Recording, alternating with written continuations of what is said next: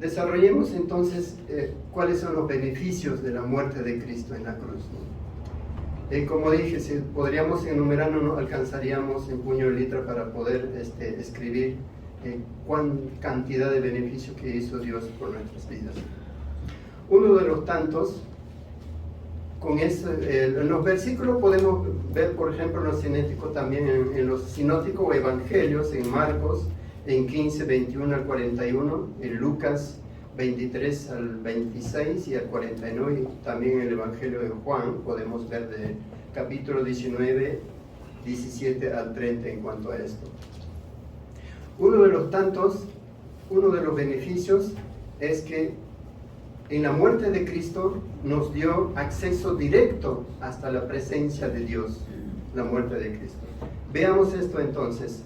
Por ejemplo, el velo o la cortina del templo excluía la entrada al lugar santísimo. El velo o la cortina era una cortina gruesa que dividía el lugar santo del lugar santísimo. El pueblo podía entrar al patio, los sacerdotes al lugar santo, pero únicamente al lugar santísimo podían entrar los sumos sacerdotes una vez al año. Y muchos comentaristas dicen que el sumo sacerdote se ataba una soga en la cintura y así entraba. Y aparte se rociaba con la sangre del sacrificio del cordero que hacían ellos, ¿no? Entonces, si el sacerdote moría, el sumo sacerdote moría, lo único que podían sacar era jalándole de la cuerda, no podía entrar nadie, ¿no? Entonces, estas normas eran iguales tanto en el tabernáculo como en el templo. El velo o la cortina excluía a la gente del lugar santísimo, era simbólicamente de que el pecado excluía a los pecadores de la presencia de Dios santo. No podían entrar, ¿no? Esa cortina era una donde parecía que Dios se ocultaba.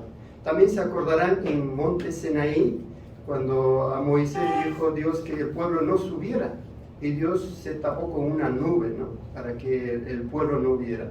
¿Cómo podemos ver la misericordia de Dios hasta en eso? ¿Por qué se esconde? ¿Por qué se tapaba Dios? Sencillamente porque Él es santo, porque pecado ante la presencia de Él no puede prevalecer, no puede permanecer, desaparece. Entonces, si el pueblo se acercaba a donde estaba Él, capur, ¿no? Desaparecía, iban a morir. Entonces, la presencia de Dios estaba en el arca, entonces dividía, ¿no? En la cortina. Entonces, para que el pueblo o los sacerdotes no podían entrar, solamente el sumo sacerdote. Entonces, de esa forma, Dios en su misericordia se cubre para no destruir a su pueblo, ¿no? Por causa del pecado, por causa de la rebeldía, ¿no? Entonces, en este sentido, en la muerte de Cristo nos da acceso directo hasta la presencia de Dios. También el velo o la cortina rasgado simboliza que Cristo, o sea, abrió, ¿no? El camino a la presencia de Dios, como dijimos. Nos dice en Hebreos 10, 19, 20, dice: así que, hermanos, teniendo libertad para entrar en el lugar santísimo por la sangre de Jesucristo, por el camino nuevo y vivo en Él nos abrió a través del velo o la cortina. Este es de su carne. Acá hay que tener en cuenta cuando antes de llegar nuestro Señor Jesucristo al monte de Gólgota o lugar de calaveras, sufrió flagelación. Ahora, el azote que utilizaban los romanos era que tenía un mango, pero del mango salía como unas trenzas largas, y en esas trenzas había unas bolas muy duras, y en algunos casos en las puntas había metales como con gancho, huesos, así. Entonces, a las personas que iban a ser crucificados, lo primero que hacían es flagelarlo, azotarlo. Imagínense esos ganchos, cuando azotaban, arrancaba la carne, la piel viva. Supongo que se veía hasta las costillas. Me imagino que en algunos casos veía latir el corazón, ¿no? Vivo ahí. Imagínense gancho a latigar. ¿Cuántas veces latigazo que recibió nuestro Señor Jesucristo? A eso se está refiriendo en este momento. Y ahora tenemos la entrada a su presencia con un corazón sincero, fe y limpio. Jesús estaba precisamente este gran suceso del velo o de la cortina rasgado. En griego es, estoy aprendiendo, hermanos, a veces pronuncio bien, sexo, algo así. Pastor, no sale todavía bien, pero esto significa, o se puede traducir, partir, dividir, cortar, abrir o romper, ¿no? En dos, de arriba a abajo. Yo siempre me pregunto, ¿por qué Dios lo partió de arriba a abajo? ¿Por qué no de abajo hacia arriba, no? Y muchos comentarios te dicen que de arriba a abajo no lo partió Dios porque si no iban a decir a cualquier ser humano lo rompió, ¿no? Lo partió. Entonces, de arriba, que significa también que Dios vino de arriba, su Hijo vino de arriba a morir por los pecadores, ¿no? Entonces, ese velo que prohibía entrar al lugar santísimo, ahora a través de Cristo nosotros, cada uno de los que estamos aquí, podemos entrar directamente a la presencia de Dios. Podemos tener comunión directamente con nuestro Padre en nuestras oraciones, ¿no? Entonces, el punto 1 es el acceso directo a la presencia de Dios. Y el punto 2, anuló el acta de los decretos, quitándole y clavándole en la cruz. Y esto podemos verificar o corroborar en Colosenses 2, 12 al 14. El acta en griego es eirografón, algo escrito a mano, documento legal, manuscrito, y era el término que se usaba como pagaré a puño y letra del deudor, en el que alguien reconocía su deuda o compromiso de pago. Era el documento de deuda en contra nuestro, ¿no? Nuestro pecado, que éramos deudores a Dios. Era una sentencia de culpabilidad, ese acta, ese documento.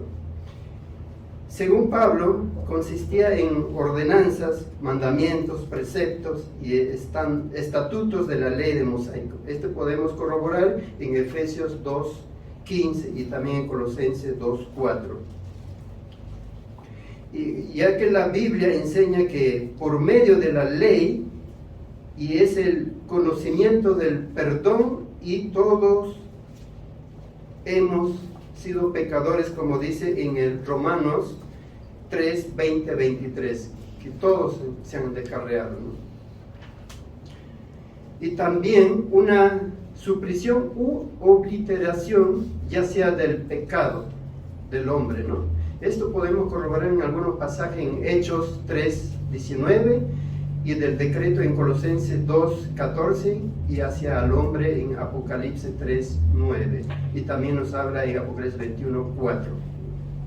Este documento que quedó anulado, o sea, invalidado y privado de la fuerza legal cuando Cristo murió en la cruz como nuestro sustituto y pagó así nuestra deuda. La palabra enfatiza que quitó de en medio, en griego es airo, es elevar, alzar, cargar, llevar cargado, tomar, expiar el pecado, o lo suprimió, lo quitó, ¿no? Ese es lo que hizo Cristo por nuestras culpas, ¿no? Por nuestros pecados en la cruz. Los clavos dieron también muerte a la ley, que era nuestro adversario.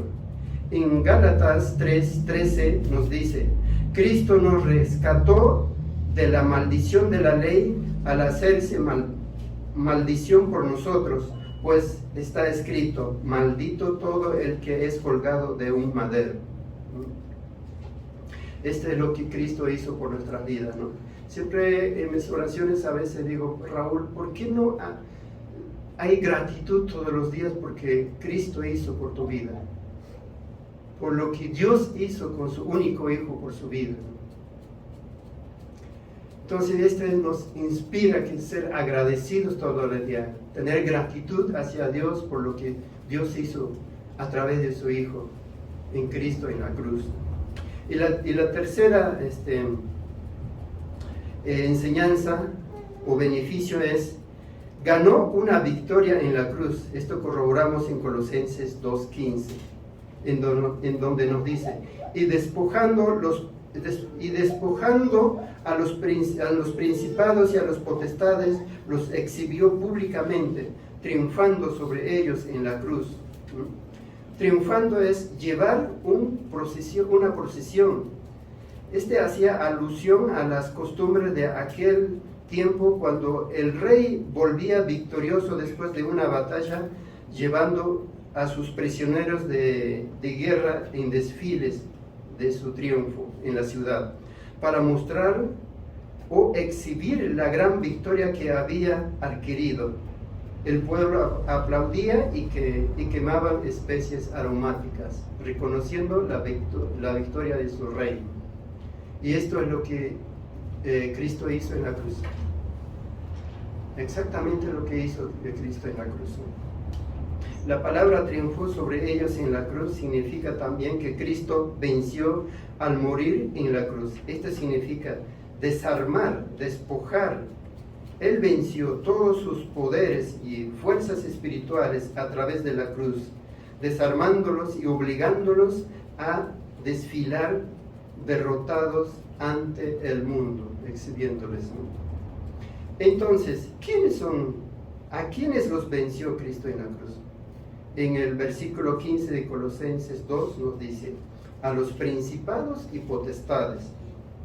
Esto hace alusión a los poderes del mal, fuerzas espirituales demoníacas, poderes satánicos en el mundo, autoridades y poderes espirituales, seres espirituales que tienen potencia y autoridad. Los poderes del mal fueron los prisioneros en el desfile victorioso de Cristo, ¿no? Que acabamos de decir, con esta victoria en la cruz. Y analicemos cada uno de los detalles de esto. Dice, por ejemplo, los despojó, ¿no? Despojar es desarmar, arrancar las ropas, desvestirlo, exhibirlo en vergüenza públicamente, ¿no? En la cruz Cristo les quitó las armas y también el uniforme, o sea, desarmó, desnudándole, de su dominio y autoridad y poder sobre el pueblo redimido, que reconocen que Cristo es el Señor y Salvador. Y otra palabra, los exhibió. Este es humillar en un espectáculo a este enemigo, a este principado, a Satanás, los exhibió públicamente en la cruz Cristo, ¿no? Fue una exhibición pública, los expuso a la vergüenza pública, la derrota de los poderes espirituales, ¿no? Lo quitó su poder.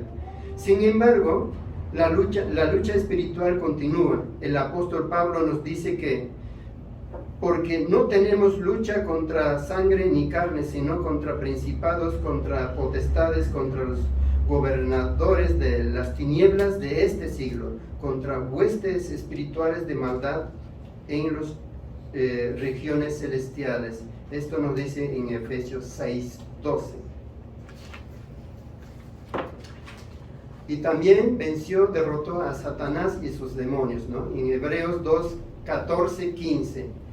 Jesús destruyó por medio de su muerte al que tenía el imperio de la muerte, o sea, al diablo, ¿no? La palabra tenía, exo en griego, que es retener abusivamente lo que no le correspondía. Entonces, es decir, que Cristo rescató esa usurpación que hizo el diablo, ¿no? Y también hay otra palabra, destruyó, es incapacitar, quitar su poder, anular legalmente su poder, ¿no? Estar enteramente inmóvil, inútil, lo dejó, ¿no? A través de su muerte.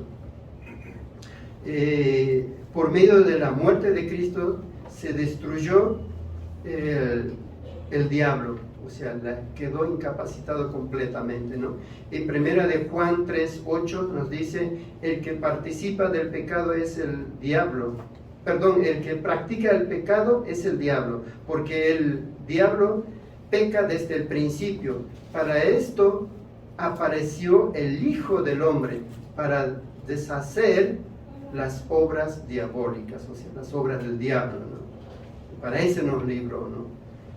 La victoria de Cristo ya había sido anunciada con anticipación por Dios. Esto podemos ver en Génesis 3:15. Y pondré enemistad entre ti y la mujer, entre tu simiente y la simiente suya. Esta te herirá o te aplastará, en otras traducciones, en la cabeza, y tú le herirás en el calcañar, o sea, en el talón, ¿no? Entonces, la palabra aplastar,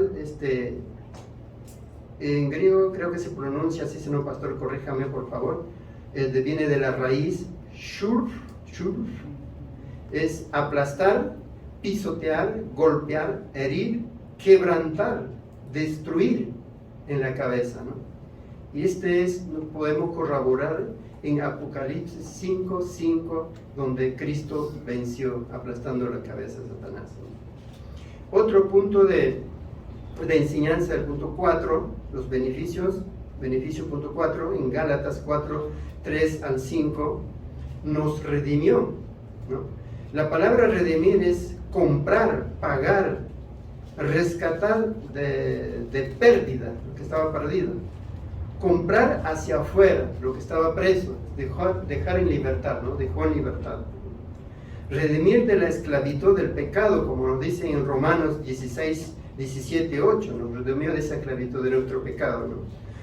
Porque éramos esclavos del pecado, también en Juan 8:34 nos dice, en los tiempos de Cristo había muchos esclavos que se compraban y vendían como propiedad, los cuales eran considerados como posesión de su dueño, absolutamente, únicamente de su dueño. Tenían que trabajar tenían que trabajar duramente, sin sueldo, y muchas veces eran maltratados, sin derechos, sin reclamo a ninguna cosa. El Nuevo Testamento tuvo en cuenta esta costumbre para ilustrar lo que Cristo hizo en la cruz para redimirnos, para redimir a su iglesia, ¿no? Rescatándonos, comprándonos, ¿no? De la esclavitud espiritual, o sea, de nuestros pecados, y por precio de su sangre, ¿no? Sangre preciosa. El precio de nuestra redención fue la sangre de Cristo, ¿no? Se refiere a su muerte y crucifixión de Cristo en la cruz. De hecho, vino al mundo para dar su vida en rescate de muchos, así como nos dice en Mateo 20:28, dice, como el Hijo del Hombre no vino para ser servido, sino para servir y para dar su vida en rescate por muchos. También en Juan 10:11 dice, yo soy el buen pastor, el buen pastor su vida da por las ovejas, sabiendo que fuisteis rescatados de vuestra vana manera de vivir, la cual recibisteis de vuestros padres, no con cosas corruptibles como oro o plata, sino con la sangre preciosa de Cristo, como de un cordero sin mancha y sin contaminación. Ahora acá la palabra rescatados es redimir, pagar, por supuesto, un rescate, ¿no? Alto precio. Y en la palabra sin mancha, sin contaminación, es sin defecto, sin mácula, ¿no?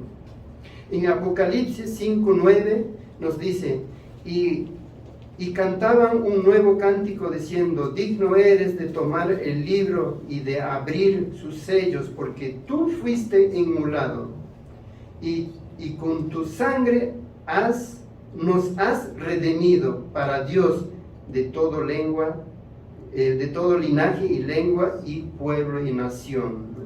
Inmolado es en griego, o se puede traducir de griego, es como degollar, matar en sacrificio, masacrar, mutilar, herir, crucificarlo en la cruz. Eso es lo que Dios hizo en su Hijo por nuestras vidas.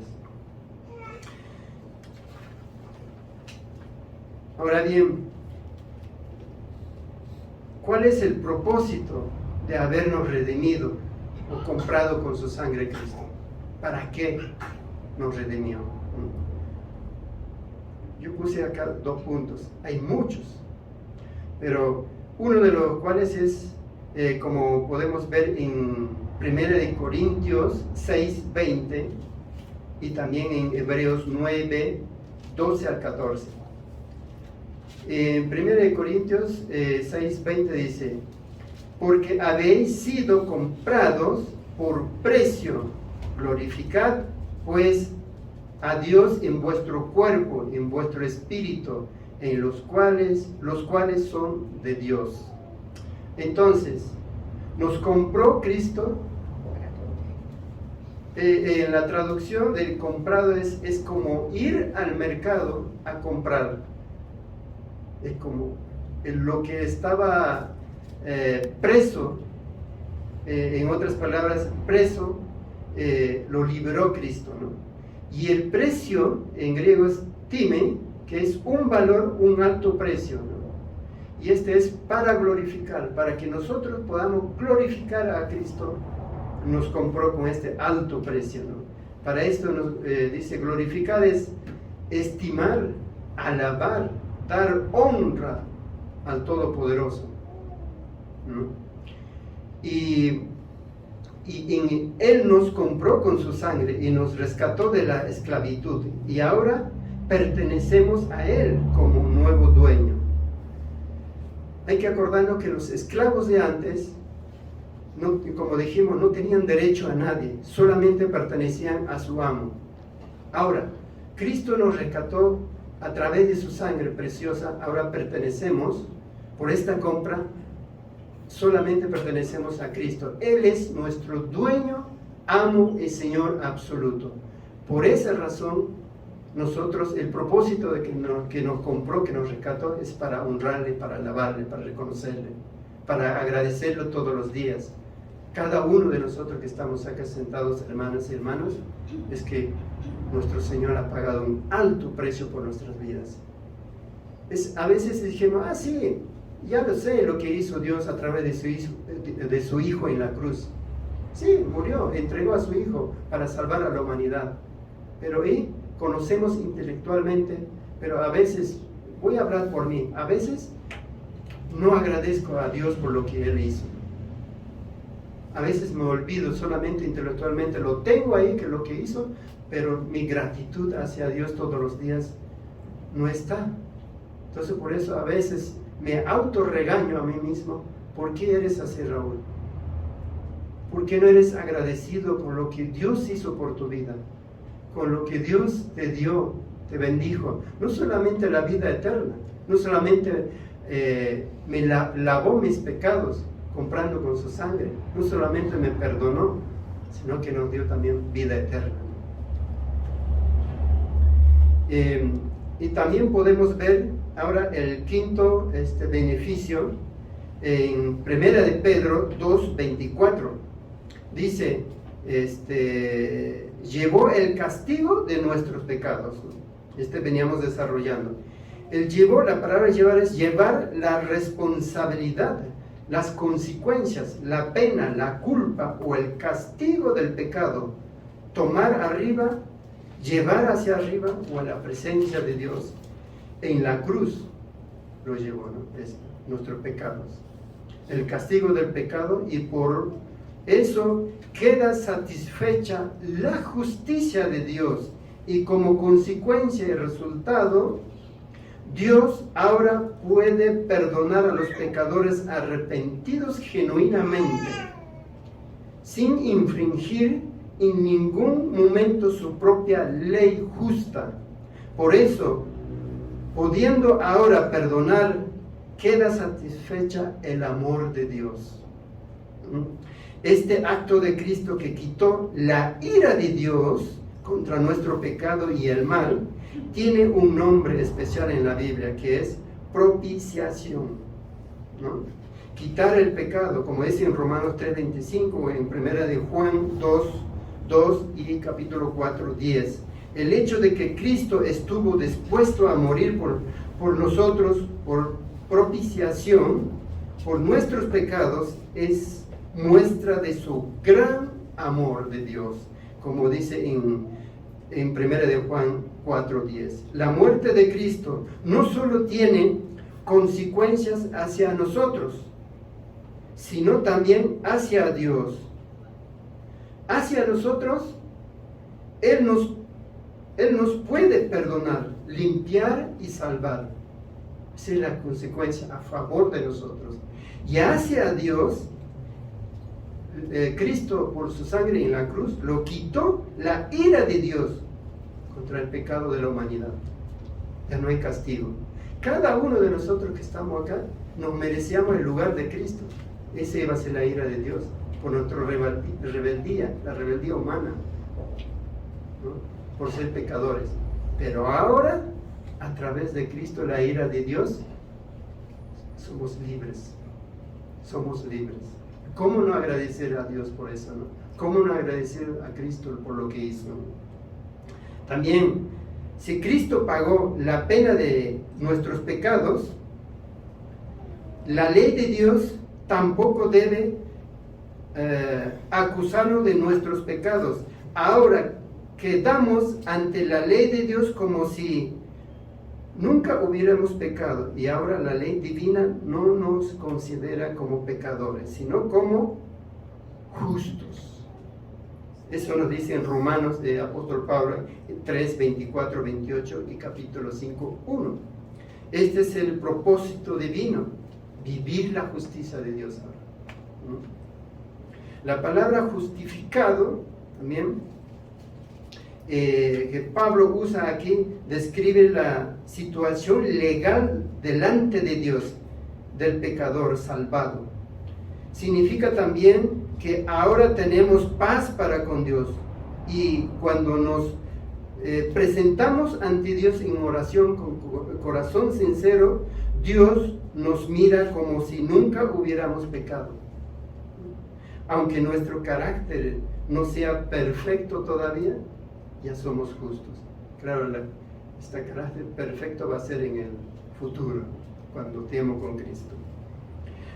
La costumbre decía, el criminal pagaba la pena que daba ante la ley como si no hubiera cometido ese crimen. Ahora la ley no le condenará como criminal. Aun si otra persona pagaba la multa por el criminal, tampoco debían tomarlo preso otra vez por el mismo delito. Habiéndose pagado la pena, el criminal queda ante la ley como si no hubiera cometido ese crimen, y ahora la ley no lo condena como un criminal. Eso es lo que es la amada iglesia de Dios hoy en día. Cada uno de los que estamos ya no tenemos condenación. Nuestra salvación en Cristo, por lo que Él hizo, está seguro. Y para terminar, el último punto, el último beneficio, en 1 de Pedro 3:18, dice, padeció para llevarnos a Dios. Para este cometido fue suficiente un solo, único sacrificio, y para siempre. Esto lo podemos corroborar en Hebreos 9, 12, 26 y 28. De justo por los injustos sufrió el castigo que correspondía al pecador, o sea, a nosotros, ¿no? El propósito de Cristo en sufrir por nuestros pecados es llevarnos a Dios. Llevar significa guiar hacia adelante, hacia la presencia de Dios, conducir cerca de Él, conducir en la presencia de Él, presentarnos ante Dios. Y Cristo sufrió y padeció porque aunque Él nunca pecó, en cambio murió por los pecadores para llevarlos salvos ante la presencia de Dios, santos ante la presencia de Dios. Sufrió la muerte física, pero volvió a la vida en el Espíritu, como dice en 1 Pedro 3:18. Resucitó, no solamente murió, sino que resucitó. Al resucitar Él, nosotros también tenemos vida eterna. Y para eso murió, para llevarnos santos ante la presencia de Dios, sin mancha, ¿no? Eso es lo que hizo Cristo en nuestras vidas. Ahora bien, una pregunta, hermanos. ¿Valió la pena o el sacrificio de nuestro Señor en la cruz? ¿Valió esos latigazos por los soldados romanos? ¿Valió esos clavos, la lanza? ¿Valió esa muerte? Claro que sí, hermanos. Por eso debemos ser agradecidos con Dios por lo que Él hizo. ¿Qué tan cruel fue el sufrimiento de Cristo en la cruz? Yo hice una pequeña explicación un poco, y habrá que corroborar bien científicamente, pero más o menos es parecido. Yo lo puse: el estrés en el sistema muscular en el pecho de nuestro Señor habría bloqueado sus pulmones. En la posición de inhalación no respiraba, así que para respirar tenía que apoyarse en las manos y en los pies ya clavados. Apoyarse, ir hacia arriba para soltar el aire, bajar para tomar aire, y subir y bajar raspándose la espalda en carne viva en la cruz, en ese madero. Y esto hacer una y otra vez, repetir una y otra vez para poder respirar, para poder seguir viviendo. Varias veces hasta quedar exhausto por horas, hasta morir, inevitablemente morir en una muerte muy lenta y agonizante por asfixia. Ahora bien, ¿los soldados romanos podían haber bajado a Jesús? De ninguna manera, por dos razones. Uno, ya estaba puesto por Dios o planeado por Dios que su hijo tenía que morir a causa de nosotros, a causa del pecador, a causa de la rebelión humana. Por ese motivo no podía bajar, ya estaba decretado. Dos,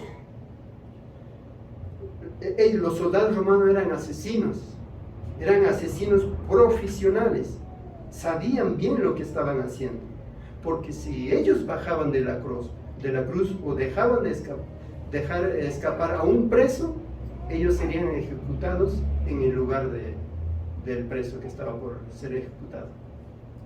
Por esas dos razones no podían bajar. Entonces,